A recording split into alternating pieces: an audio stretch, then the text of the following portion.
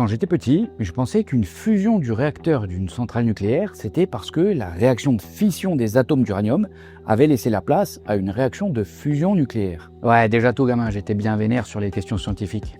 Ce n'est qu'en voyant un jour dans un dessin animé, il me semble que c'était dans les Simpsons. Le terme anglais core meltdown, fusion du cœur, de meltdown, fondre, que j'ai compris qu'il ne s'agissait pas de fusion nucléaire, mais simplement de la fusion. Le passage de l'état solide à l'état liquide. Ça s'appelle la fusion. Aussi, de gazeux à liquide, c'est la condensation. De solide à gazeux, c'est la sublimation, etc., etc. Et de solide à liquide, c'est la fusion. Le français a un seul terme pour deux concepts différents. Et l'anglais a un mot différent pour chacun d'eux. Ça évite les confusions. Confusion. Un de ces quatre, je vous dédierai un épisode sur les différences entre les langues et comment ça joue sur certaines choses. Selon qu'on a étudié l'économie en anglais ou en français, on dit John Law ou John Lass. Ouais, j'ai étudié l'économie d'abord en français puis en anglais. Et on doit dire Lass, ça c'était gratuit. Mais les anglophones disent Law. Et je vous ferai un épisode sur lui, un de ces quatre. Mais surtout, on comprend mieux aussi certaines confusions. Confusion. Le terme « réguler le marché », c'est pas vraiment ce que vous croyez. D'ailleurs, plus j'en parle et en débat avec les gens, et plus je me rends compte à quel point beaucoup de gens ne savent pas du tout ce qu'est le marché, ni ce que veut dire « le marché se régule de lui-même ». Aujourd'hui, on parle du marché et de régulation du marché. C'est parti.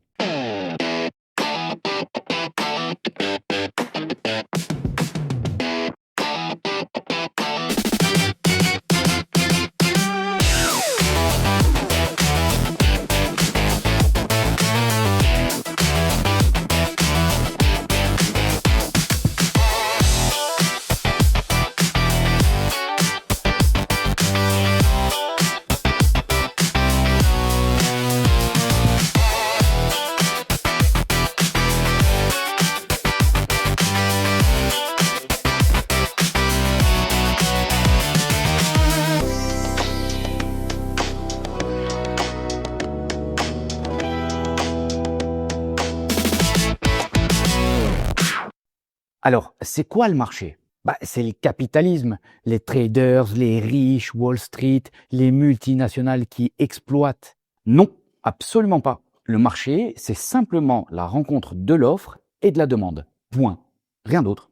Tu as quelque chose que tu es prêt à céder, votre temps, votre travail, un bien, un service, quelqu'un d'autre a un besoin ou un désir pour ce quelque chose, et vous trouvez un prix ou une formalité d'échange qui arrange les deux. C'est tout. C'est le marché. Et ça existe depuis la nuit des temps. En fait, ça existe même chez d'autres animaux. Exactement. Adam Smith n'a pas inventé le marché. Il l'a observé et formalisé. Il a décrit comment des individus, poursuivant leur intérêt personnel, aboutissent, sans le vouloir, à un résultat qui bénéficie à la société entière. C'est la fameuse main invisible. Mais déjà avant lui, les scolastiques de Salamanque au XVIe siècle, puis les physiocrates, avaient déjà compris que les prix se forment par confrontation de l'offre et de la demande. Plus tard, Alfred Marshall formalisera les courbes d'offre et de demande que tout étudiant en éco a déjà vues en cours. Et Ludwig von Mises, dans L'action humaine, ira plus loin. Le marché n'est pas un lieu, c'est un processus permanent de découverte, d'ajustement et d'information. Oui, le fétichisme poussé à outrance, mais on n'en veut pas de votre capitalisme et de vos marchés, là, on serait bien mieux sans. Erreur, même en l'absence totale de capitalisme, il y a un marché. Dans un camp de prisonniers pendant la Seconde Guerre mondiale, les cigarettes servaient de monnaie et on échangeait du pain, du savon, des journaux. C'était un marché. Dans les économies planifiées soviétiques, le marché noir existait partout parce que les gens avaient des besoins et des biens à échanger. D'ailleurs, la planification et la provision par l'État, même ça, c'est un marché. En Corée du Nord, le marché noir existe toujours. Dans les sociétés tribales sans propriété privée capitaliste, on troque, on échange, on négocie. Là où il y a des êtres humains avec des besoins différents et des ressources limitées, il y a un marché. Toujours. Le capitalisme n'est qu'une forme particulière d'organisation du marché, celle qui repose sur la propriété privée des moyens de production et la liberté d'entreprendre. Mais le marché lui-même est antérieur, plus fondamental et immuable. On peut le tordre, le fausser, le cacher, mais on ne peut pas le supprimer. Parce que tant qu'il y aura de l'offre et de la demande, il y aura un marché. Voyons. Et maintenant, tu vas me dire qu'il s'autorégule peut-être ? Et là, on arrive au cœur du malentendu. Typiquement, ce genre de discours. On ouvre les portes, on ouvre les fenêtres, on fait de l'autorégulation. Moi, je ne crois pas à l'autorégulation des marchés. Je suis libéral, mais je crois qu'il faut un État fort. Mais je le connais, lui. C'est pas celui qui s'était foutu de la gueule de Gabriel Attal parce qu'il était resté Premier ministre que 8 mois et qui, au final, sera resté Premier ministre que 3 mois. Oui, Michel Barnier a perdu une occasion de se taire sur ce coup-là. Typiquement, dire « je suis libéral, mais je ne crois pas à l'autorégulation des marchés », c'est la même que de dire « je suis végane, mais je ne crois pas en la souffrance et l'exploitation animale ». Ou encore « je suis catholique, mais je ne crois pas en Dieu ». Ou « je suis communiste, mais je ne crois pas en la lutte des classes ». Si vous ne croyez pas en l'autorégulation du marché, vous n'êtes pas libéral. Et comme pour la fusion nucléaire, le problème vient en grande partie du langage. En français, réguler veut dire orienter, diriger, contraindre, contrôler, ajuster. De la même manière qu'on régule un trafic ou une température, le débit d'une rivière, etc. Ça implique une intervention, un processus qui agit et ajuste et pas juste un cadre réglementaire. Réguler, c'est ajuster en continu pour que ça colle au résultat qu'on souhaite. Quand les économistes classiques et libéraux disent que le marché s'autorégule, ils parlent d'un processus d'ajustement spontané de lui-même, sans avoir besoin d'intervention extérieure de l'État. À l'instar du corps humain qui régule tout seul sa température et déclenche lui-même des mécaniques corporelles pour la conserver à 37, comme la transpiration quand il a trop chaud et le grelottement quand il a trop froid. Des fois il a besoin d'une intervention extérieure comme le Doliprane pour faire chuter la fièvre. La fièvre est justement une réaction du corps pour tuer les agents pathogènes et stimuler la réponse immunitaire. La faire chuter, si ça fait aller mieux, c'est contre-productif pour le corps. Alors, pour les biologistes de l'audience, je vulgarise de l'économie avec des exemples très grossiers. Ne m'insultez pas en commentaire. Hayek parlait d'ordre spontané, Mises d'équilibre dynamique, Friedman de mécanisme de prix. Ce que ça veut dire vraiment, c'est que les prix, en se formant librement, transmettent de l'information et incitent les gens à s'adapter. Si la demande de pain monte, le prix monte. Les boulangers produisent plus, les consommateurs en achètent moins ou cherchent des substituts. Si l'offre de pétrole baisse, le prix monte, on économise, on cherche des alternatives, on investit dans d'autres sources. Pas besoin d'un planificateur central qui décide combien de baguettes par habitant.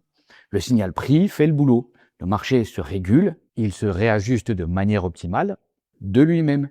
Et ça marche même si personne ne le veut. Oui, et c'est même le point crucial. Le marché ne se régule pas parce que les gens sont gentils ou rationnels ou altruistes, il se régule malgré eux. Un entrepreneur qui voit un profit possible va investir. Un consommateur qui voit un prix trop élevé, supérieur à sa valeur d'utilité marginale, va se tourner ailleurs. Un salarié à qui on propose un meilleur salaire ailleurs va changer d'emploi. Chacun poursuit son intérêt et le résultat global est un ajustement permanent. C'est pour ça que le marché se régule de tout seul ne veut pas dire tout le monde est content ou il n'y a jamais de crise ou c'est parfait, c'est le monde des bisounours. Et ça n'existe pas. Il n'y a que des connards de politiciens malhonnêtes pour faire croire que tout le monde sera heureux une fois qu'ils auront le pouvoir. Ça veut juste dire que le mécanisme de correction pour un retour vers l'optimum est interne. Quand quelque chose déconne, les prix bougent, les quantités s'ajustent, les ressources se réallouent, plus vite et plus finement qu'aucun comité de bureaucrates ne pourrait le faire. Pas besoin d'une commission remplie de grands génies pour intervenir. Et non. Et bien souvent, l'intervention de l'État cause plus de tort qu'autre chose. Allez voir mon épisode sur les crises à ce sujet. Maintenant, la distinction fondamentale qu'il faut faire. Réguler versus réglementer. L'absence de régulation ne veut absolument pas dire absence de réglementation. Réglementer, c'est poser un cadre, des règles du jeu claires, stables, générales, applicables à tous. Les libéraux sont d'ailleurs les premiers à le prêcher.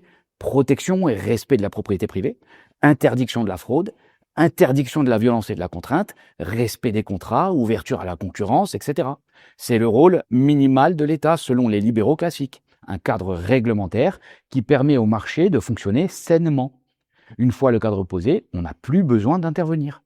Réguler, au sens interventionniste, c'est pas juste vouloir poser un cadre réglementaire. Notez qu'on peut d'ailleurs aussi réguler en rajoutant ou modifiant toujours encore un peu plus de réglementation. C'est vouloir orienter le résultat constamment, fixer les prix, décider les quantités, subventionner tel secteur, que ce soit par une politique de l'offre, de la demande, ou les deux, c'est la même.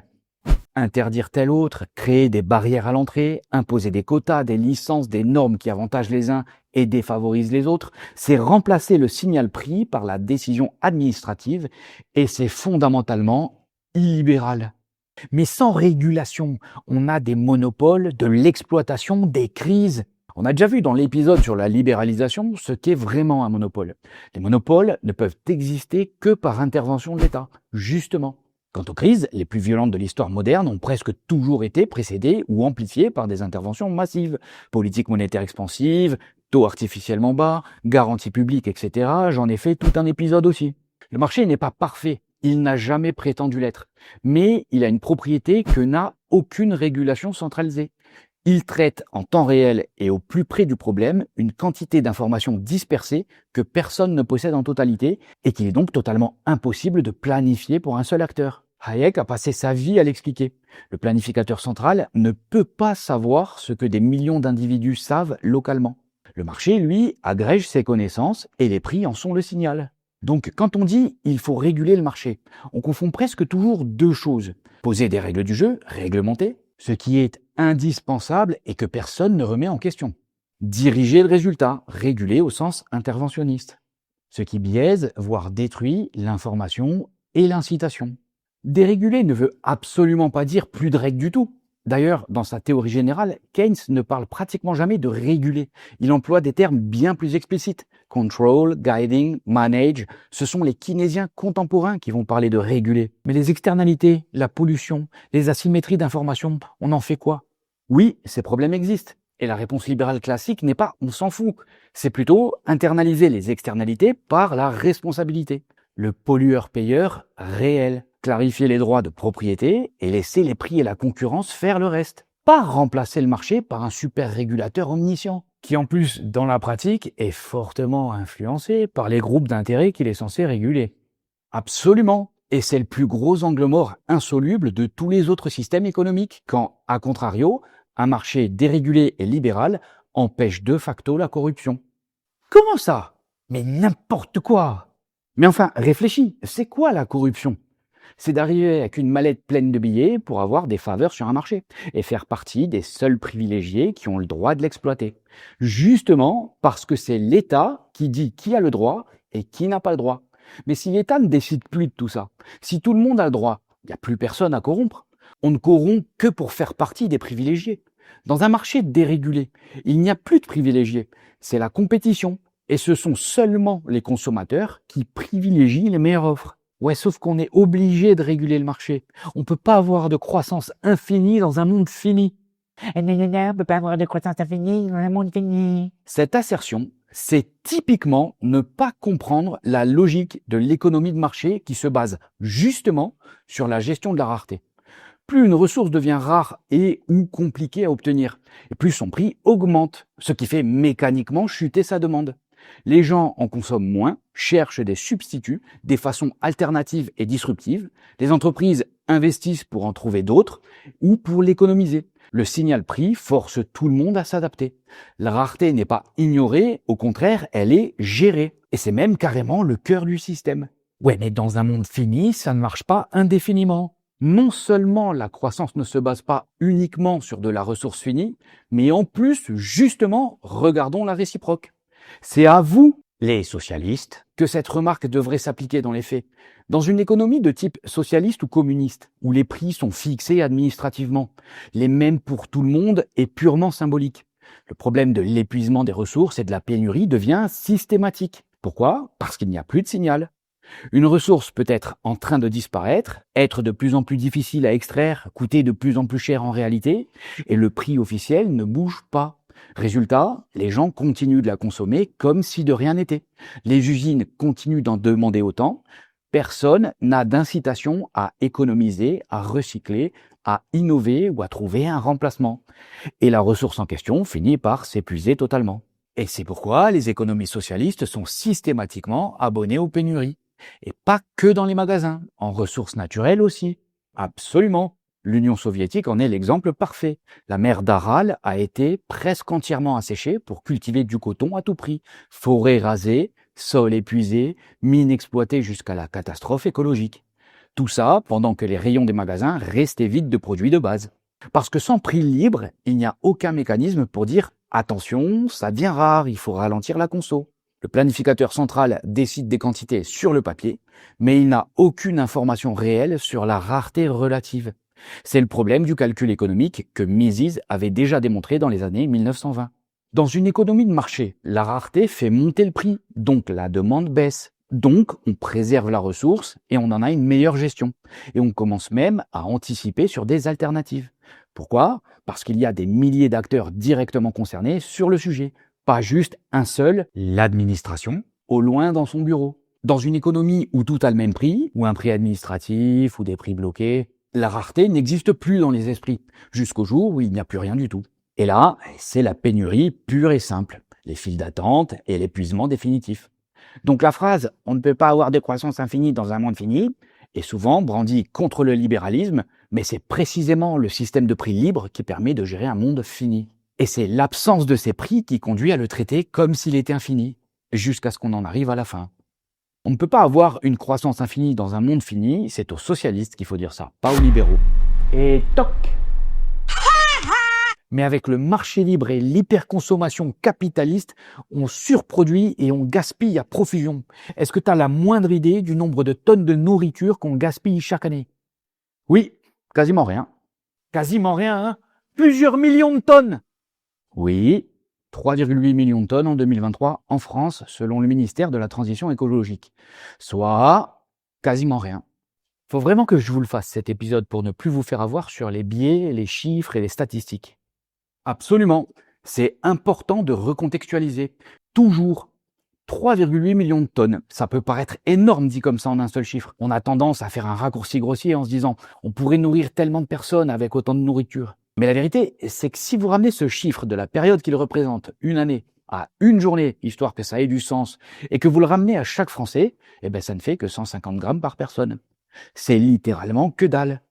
Et c'est le prix à payer pour qu'il n'y ait pas de pénurie de nourriture. Et attention, j'en vois déjà venir certains en commentaire. Évidemment qu'il serait mieux de ne pas la gaspiller et donner un maximum le surplus aux plus démunis. Mais le sujet ici, c'est pas la répartition ni la distribution, c'est juste la surproduction. On a tendance à croire que c'est de la surproduction massive et l'orgie du gaspillage, alors qu'en fait, pas du tout. Il est strictement impossible de prévoir à l'avance les besoins en nourriture pour des millions de personnes. Impossible de prévoir que 10 000 personnes vont entamer un régime demain, qu'il faudra un peu moins, ou que ça va être l'anniversaire d'1 million de personnes la semaine prochaine, et qu'il faudra donc un peu plus. Même pour 1000 personnes, c'est pas possible. Réciproquement, on ne peut pas demander aux poules d'arrêter de pondre pendant 3 jours parce qu'on a trop d'œufs. Tomber pile poil, c'est impossible. Donc on n'a que 2 scénarios possibles. Soit on produit trop, soit pas assez. Et comme personne ne veut de pénurie, le meilleur choix possible est donc trop, mais pas trop non plus. Et là, je vois venir certains communistes qui veulent fixer la quantité de nourriture par personne et leur ôter la liberté de manger un peu plus ou ce qu'ils veulent. Même ça, c'est pas possible. On ne peut pas non plus prévoir les aléas de la capacité de production, même en fixant la demande. La centralisation ne peut pas garantir l'offre. Aucun régime planifié n'a jamais réussi, et c'est logique. Et donc, comme je disais, comme personne ne souhaite de pénurie de nourriture, certains pays peuvent encore en témoigner. Il faut donc produire un peu plus. Et très sincèrement, 150 grammes de trop par personne, c'est quand même vraiment très peu en termes de gaspillage. Le pire, c'est que quand vous rajoutez dans l'équation les personnes qui ne mangent pas à leur faim, on se rend compte qu'on ne produit même pas assez, même aux États-Unis. D'ailleurs, ce narratif est complètement foireux. Les tonnes de bouffe jetées, c'est du profit non réalisé. On peut pas tenir les deux discours. D'un côté, ils font tout pour s'enrichir un peu plus, et de l'autre, ils jettent des milliards d'euros de bouffe parce qu'ils en produisent beaucoup trop. C'est contradictoire. Produire au plus juste, ce n'est possible que grâce à toute une multitude d'acteurs indépendants qui planifient à concurrence. Certains se plantent, d'autres sont trop larges, mais au final, on approche le besoin par le haut grâce à la concurrence de multiples acteurs. A contrario, le perfect match est impossible pour un planificateur central. Et encore moins avec des prix fixés. Ah oui, avec des prix fixes, c'est complètement mort. Comme je le disais juste avant, Ludwig von Mises l'a déjà expliqué en 1920. C'est l'impossibilité de calcul économique sous le socialisme. Avec des prix fixes, on perd le signal prix qui joue un rôle central. Et en quoi ? Parce que les prix synthétisent plusieurs informations essentielles. C'est pourquoi Mises parle de signal prix. Les préférences des consommateurs, ce qu'ils sont prêts à payer pour du pain, de la viande, des fruits, etc. La rareté relative des ressources, terre, travail, machines, énergie, transport, et les coûts d'opportunité, ce à quoi on renonce en produisant du blé plutôt que du maïs ou en utilisant de la main-d'œuvre ici plutôt qu'ailleurs. Les entrepreneurs, agriculteurs, transformateurs, distributeurs et consommateurs utilisent ces prix pour calculer et ajuster en permanence leurs décisions. Par exemple, si le prix du blé monte parce que la demande augmente ou que l'offre diminue, les producteurs ont intérêt à en cultiver davantage, à investir dans de meilleures techniques pour un meilleur rendement ou à convertir des terres.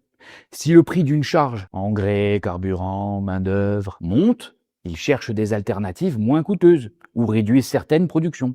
Les consommateurs, de leur côté, arbitrent entre différents aliments selon leur prix relatif, leurs préférences et leur budget. Utilité marginale. Oui, d'ailleurs, depuis plus d'un siècle, on peaufine des tas de modèles mathématiques basés entre autres sur le signal-prix pour prédire au mieux l'offre et la demande sur le marché. C'est pas la littérature et les calculs scientifiques qui manquent sur le sujet. D'ailleurs, les gros industriels s'en servent énormément pour ajuster leur production. Et ça, c'est une dédicace aux marxistes qui ont pourri les commentaires pour essayer de tourner en dérision l'utilité marginale dans le dernier épisode sur la valeur. C'est littéralement employé tous les jours pour les faire manger. Pour revenir au sujet, oui, il y a du gaspillage, mais c'est le prix à payer pour ne pas souffrir de pénurie. Et encore une fois, 150 grammes de gaspillage par personne, c'est pas grand-chose quand on ne l'agrège pas à des millions de personnes sur un an. Personne n'a jamais prétendu que le marché libre était complètement parfait. Il ne l'est pas. Ouais, tu radotes. Par contre, il n'y a rien de plus optimal et réactif quand on le laisse s'ajuster tout seul. Le marché n'est pas une planification centrale unique, mais une multitude de plans individuels qui s'ajustent les uns aux autres grâce au prix, aux profits et aux pertes. Les profits signalent que l'on a correctement anticipé les besoins, les pertes signalent qu'on s'est trompé et qu'il faut corriger. Ouais, sauf que dans la vraie vie, si on laisse le marché s'ajuster librement, les gens se font entuber bien profond. Justement, regardons dans la vraie vie. Qu'est-ce qu'il se passe concrètement quand on empêche le marché de s'ajuster? Le signal prix est le système nerveux du marché. Quand on bloque un prix, on coupe un nerf. Et le corps économique réagit exactement comme un corps humain privé de sensations. Il fait de la merde. Premier cas d'école, l'encadrement des loyers. Ah ben non, l'encadrement des loyers, c'est justement bien, ça protège les locataires. C'est pas du tout qu'en disent les économistes, même socialistes. Quand on plafonne les loyers en dessous du prix de marché, le résultat immédiat, c'est l'explosion de la demande. Parce que tout le monde veut un appart pas cher, et l'offre s'effondre. Parce que plus personne n'a intérêt à construire, rénover ou même louer. À Paris, à Stockholm, à San Francisco, à Berlin, ça a été le même scénario à chaque fois. File d'attente interminable, marché noir, pot de vin. Micode a fait une excellente vidéo sur le sujet. Appartements qui pourrissent parce que le proprio n'a plus les moyens ni l'envie de les entretenir, et les gens qui ont le plus besoin d'un logement, les jeunes, les plus précaires, les nouveaux arrivants, se retrouvent exclus. Ceux qui sont déjà dedans, eux, gardent leur petit loyer, jusqu'au jour où ils déménagent et ils découvrent que le système les a piégés. Et les études le confirment depuis des décennies. Les études et l'empirisme. Comme il y a à déréguler le marché immobilier, je vous en parle dans mon épisode sur le sujet, l'offre locative a explosé et les prix ont dégringolé. Même Paul Krugman, économiste et prix Nobel, très à gauche, l'explique et confirme que l'encadrement des loyers est un des très rares sujets qui mettent tous les économistes d'accord. C'est néfaste. Assar Lindbeck, un économiste suédois et socialiste, a même énoncé la légendaire phrase suivante. Le contrôle des loyers est la technique la plus efficace pour détruire une ville après un bombardement. Deuxième cas d'école, le contrôle des prix sur les biens de première nécessité. On bloque le prix du pain, de l'essence, du lait, de l'électricité. Au début, tout le monde est content. Puis les rayons se vident. Les producteurs arrêtent de produire puisqu'ils ne gagnent plus assez, ou alors ils vendent au marché noir. Les gens passent des heures en file d'attente, la qualité s'effondre, et ceux qui ont le moins de temps et de relations, les classes les plus pauvres, trinquent le plus. Au Venezuela, et j'en parle dans mon épisode, quand les prix du pain et de la farine ont été bloqués, on a vu des pénuries massives, des files de plusieurs heures et un marché noir où le même pain coûte 10 fois plus cher. Même logique que les tickets de rationnement en URSS ou les plafonds de prix sous Nixon aux États-Unis en 71, qui ont créé des pénuries d'essence dans un pays qui est pourtant un énorme producteur pétrolier. Mais sans ça, les riches rachètent tout et les plus pauvres meurent de faim. C'est exactement l'argument qu'on entend à chaque fois. Et pourtant, l'histoire montre le contraire. Quand les prix sont libres, même s'ils montent temporairement, l'offre réagit. On produit plus, on importe plus, on trouve des substituts, on rationne soi-même ce qui est vraiment important. Le prix élevé est un signal qui dit entre autres il faut produire plus de ça. Le prix bloqué, lui, dit continuez comme si de rien n'était, jusqu'à ce qu'il n'y ait plus rien. Troisième cas, quand on force un prix du travail trop élevé. Typiquement, le SMIC qui dépasse la valeur de marché d'un emploi ou des réglementations qui rendent l'embauche ultra coûteuse. Là encore, l'ajustement est empêché. Les employeurs n'embauchent plus les moins productifs, les jeunes sans expérience, les non qualifiés. Résultat, chômage structurel de ceux qu'on prétendait protéger. Friedman et Sowell l'ont répété pendant 40 ans. Un salaire minimum trop haut est une forme de discrimination contre les travailleurs les moins productifs. Et en France, on a un des SMIC les plus élevés d'Europe. Coïncidence ? J'en ai fait tout un épisode. Le mécanisme est toujours le même. Empêcher le prix de bouger, c'est empêcher l'information de circuler. L'offre et la demande ne peuvent plus se rencontrer. Alors apparaissent les pénuries, les files d'attente, le marché noir, la baisse de qualité et la mauvaise allocation des ressources. On produit trop de ce qui n'est pas demandé et pas assez de ce qui l'est. Et le plus pervers dans l'histoire, c'est que ces effets frappent d'abord ceux qu'on voulait aider. Bastia disait, il y a ce qu'on voit et ce qu'on ne voit pas. On voit le locataire qui garde son petit loyer. On ne voit pas les centaines de milliers de logements qui n'ont jamais été construits. On voit le prix plafonné à la pompe. On ne voit pas la file d'attente et le marché noir. On voit le SMIC élevé. On ne voit pas le jeune qui n'a jamais eu son premier contrat parce que c'est trop cher pour l'employeur qui aurait bien voulu l'employer. Donc tu proposes de tout laisser faire, de supprimer toute règle. Mais non, on revient à la distinction de tout à l'heure. Réglementer le cadre, propriété, contrat, interdiction de la fraude et de la violence, justice sévère, le casseur et l'entubeur doivent être punis. C'est indispensable. Mais empêcher les prix de s'ajuster, c'est autre chose. C'est détruire le seul système d'information capable de coordonner des millions de décisions individuelles. Quand on bloque l'ajustement, le marché ne disparaît pas. Il se cache, il devient noir, gris, informel, corrompu. Et il devient moins efficace, moins juste et surtout moins accessible aux plus faibles. Ça, c'est ce qu'il se passe dans la vraie vie, à chaque fois, depuis des siècles. Et les défaillances du marché, tu les mets où ? Externalité, asymétrie d'information, bien public. Le marché tout seul, ça fonctionne pas. Ah, les fameuses défaillances du marché. Alors regardons-les. Une usine qui pollue une rivière sans payer le coût, ou pire, qui provoque une véritable catastrophe naturelle, c'est une externalité négative. Au passage, Tchernobyl, c'était pas une centrale privée. Un phare ou la défense nationale, c'est du bien public, difficile à payer individuellement. Mais là, c'est le régalien.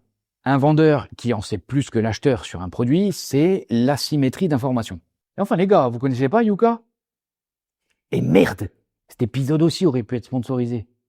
Ces problèmes sont réels. Les économistes libéraux ne les nient pas. Coase, Friedman, Hayek, Sowell, tous les reconnaissent. La question n'est pas « est-ce que le marché est parfait ?» Il ne l'est pas. La vraie question c'est « est-ce que l'intervention de l'État corrige mieux ces défaillances que le marché ? Ou est-ce qu'elle en crée de plus graves ?» Asseyez-vous et sortez le popcorn, c'est là que ça devient intéressant. Parce qu'il existe aussi des défaillances de la régulation. Et elles sont souvent plus coûteuses, plus durables et plus difficiles à corriger. Premier grand problème, le problème de la connaissance. Hayek l'a formulé clairement. Le régulateur n'a jamais toute l'information dispersée dans la société. Il décide avec des données partielles, souvent obsolètes ou partisanes, sans aucun fondement.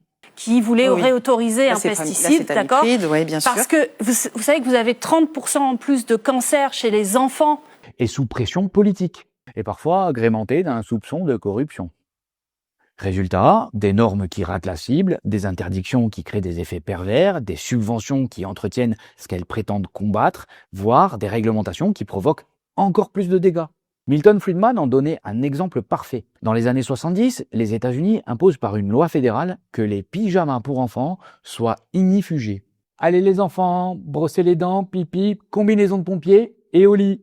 Objectif louable, éviter les brûlures en cas d'incendie. Les fabricants trempent donc les tissus dans des produits chimiques appelés le tris. Problème, quelques années plus tard, on découvre que ce même tris est un puissant cancérigène et mutagène capable de passer à travers la peau. Des millions d'enfants ont porté pendant des années des pyjamas censés les protéger, qui les avaient exposés à un risque de cancer. La régulation avait créé un danger encore plus large et plus certain que celui qu'elle prétendait combattre. Et on a le même type de scénario plus récemment en Europe et en France.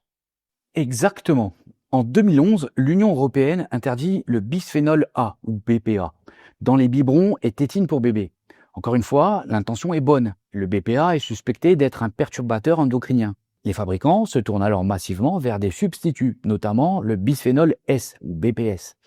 Or, les études qui s'accumulent depuis montrent que le BPS possède des propriétés similaires et comparables de perturbations hormonales. On appelle ça une substitution regrettable. On remplace une substance préoccupante par une autre qui pose les mêmes problèmes, parfois découverts trop tard. La réglementation a déplacé le risque au lieu de le supprimer, tout en donnant l'illusion que le problème était résolu. On peut encore citer le numerus clausus, qui est une tentative de réguler le marché de l'offre des médecins par sa planification. Boum! Pénurie des soignants. Allez voir mon épisode sur la santé à ce sujet. On peut aussi citer l'épisode du sang contaminé en 1980. C'était pas du tout le secteur privé ni le marché libéral. On a continué de transfuser du sang qu'on savait contaminé par le VIH et l'hépatite C. Un scandale 100% public et des milliers de victimes. Ou le scandale du Mediator. Ah bah non, là c'était un labo privé. Précisément. Et il a bénéficié pendant longtemps de la protection étatique qui lui a cadenassé le marché, puis de la lenteur administrative pour continuer de vendre et provoquer des milliers de victimes supplémentaires. Ou encore le lévothyrox. En 2017, la NSM a imposé un changement de formule qui a provoqué des dizaines de milliers d'effets indésirables sur les personnes qui prenaient ce traitement. Environ 17 000 déclarations en quelques mois. Dans tous ces cas, on voit le même mécanisme. Une régulation conçue pour supprimer un danger visible qui en crée un autre, souvent moins visible, plus diffus et qui touche davantage de monde. Deuxième grand problème, la capture réglementaire. Le Nobel d'économie George Stigler a montré que les régulateurs finissent très souvent au service des industriels qu'ils sont censés contrôler. Les gros acteurs ont les moyens de faire du lobbying, de financer les études, de placer leurs gens. Les petites entreprises, elles, se retrouvent écrasées par des normes qu'elles n'ont pas les moyens de respecter. La régulation devient alors une barrière à l'entrée qui protège les gros acteurs en place. Troisième problème, les effets non intentionnels. On veut corriger une externalité et boum, on crée une pénurie. On veut protéger un secteur et boum, on détruit l'innovation. On veut moraliser un marché et boum, on le pousse dans l'informel ou à l'étranger. Vous savez quoi? Je vais vous faire un épisode spécial sur l'effet Cobra avec une belle compilation. C'est quoi ça, l'effet Cobra? À la fin du 19e, en Inde, à Delhi, il convient de préciser que c'est un narratif économique célèbre qui repose sur des faits réels mais dispersés, qui ont été rassemblés en un seul récit. C'est pas seulement une histoire, ce sont plutôt des histoires rassemblées en une. C'est pas que à Delhi, c'est en fait dans plusieurs régions d'Inde en même temps. Il y avait tellement de cobras partout que c'était un danger public. Les autorités britanniques ont donc voulu régler le problème en mobilisant la population. Ils se sont mis à offrir des primes aux habitants qui apportaient des cobras morts aux autorités. Ils se sont dit que ça ferait diminuer la population de cobras rapidement.